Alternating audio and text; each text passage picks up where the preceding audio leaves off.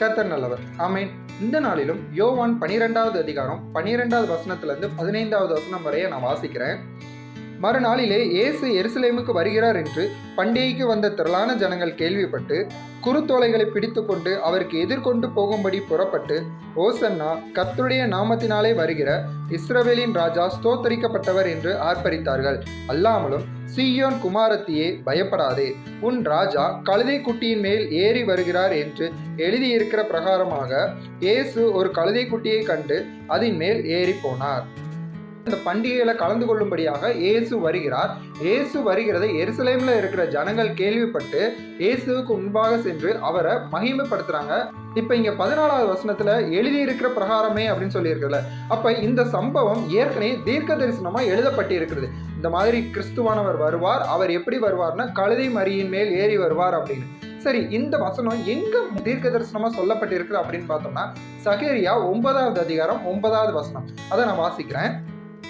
சீயோன் குமாரத்தியே, மிகவும் களிகூறு, எருசலேம் குமாரத்தியே, கெம்பீரி, இதோ உன் ராஜா உன்னிடத்தில் வருகிறார். அவர் நீதியுள்ளவரும் ரட்சிக்கிறவரும் தாழ்மையுள்ளவரும் கழுதையின் மேலும் கழுதை குட்டியாகிய மரியின் மேலும் ஏறி வருகிறவருமாய் இருக்கிறார் அப்படின்னு சொல்லப்பட்டிருக்கு. அங்க சொல்லி இருக்கிறதுக்கும் இங்க சொல்லி இருக்கிறதும் ஒரு சில விஷயங்கள் வேறுபட்டு இருக்குது.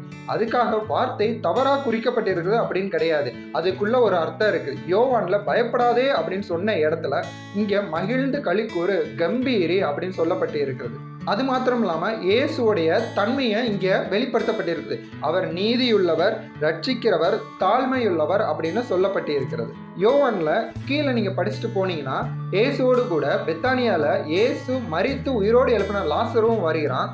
அவன் உயிரோடு வருகிறத பார்த்த எருசலேம் ஜனங்கள் இயேசுவை விசுவாசிக்கிறாங்க அப்படின்னு சொல்லப்பட்டிருக்குது. இந்த காரியத்தை யூதர்களால பொறுத்து கொள்ள முடியல. ஏற்கனவே இயேசுவை பழி வாங்கணும்னு கங்கணம் கட்டி திரியிறாங்க. இப்ப லாசருவையும் சேர்த்து கொலை பண்ணணும்னு திட்டம் திட்டுறாங்க. நல்லா ஒன்று புரிஞ்சுக்கோங்க, என்னைக்குமே பிசாசானவனுக்கு நல்லவரையும் பிடிக்காது, நல்லவர்கிட்ட இருந்து நன்மை வாங்குறாங்களா அவங்களையும் பிடிக்காது. சுருக்கமாக சொன்னால் ஆண்டவரையும் பிடிக்காது, ஆண்டவர்கிட்ட இருந்து ஆசீர்வாதத்தை வாங்கிக்கிற நம்மளையும் அவனுக்கு பிடிக்காது.